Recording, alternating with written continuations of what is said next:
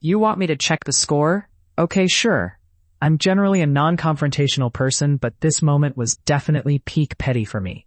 Back in January 2015, my husband and I took a 4-day trip to Iceland from Seattle.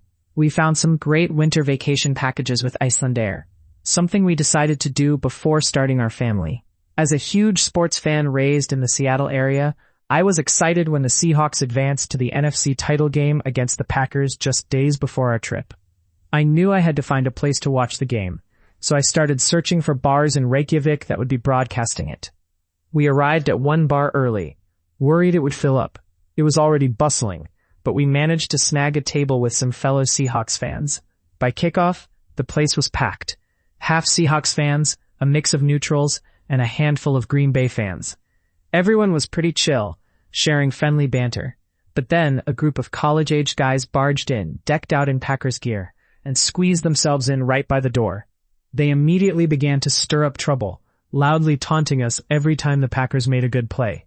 It was clear they had been drinking for a while, and their goal seemed to be making life miserable for any Seahawks supporter.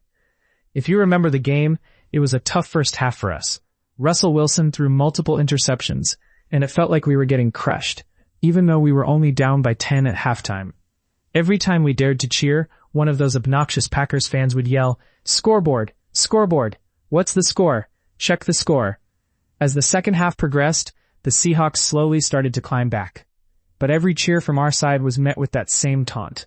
Then, in a nail-biting finish, we scored a touchdown to take a 1-point lead, followed by an incredible 2-point conversion. But just when we thought we had it, the Packers drove down the field to tie it up.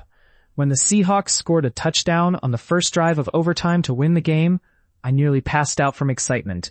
The atmosphere was electric, and it felt like a huge family celebration among the Seahawks fans.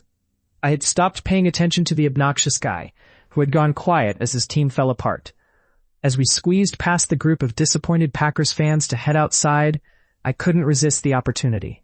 I approached the loudest one, put on a bewildered expression, and asked, "Hey, excuse me, could you tell me the score?" His only response was a rude remark, and in that moment, I knew I had won.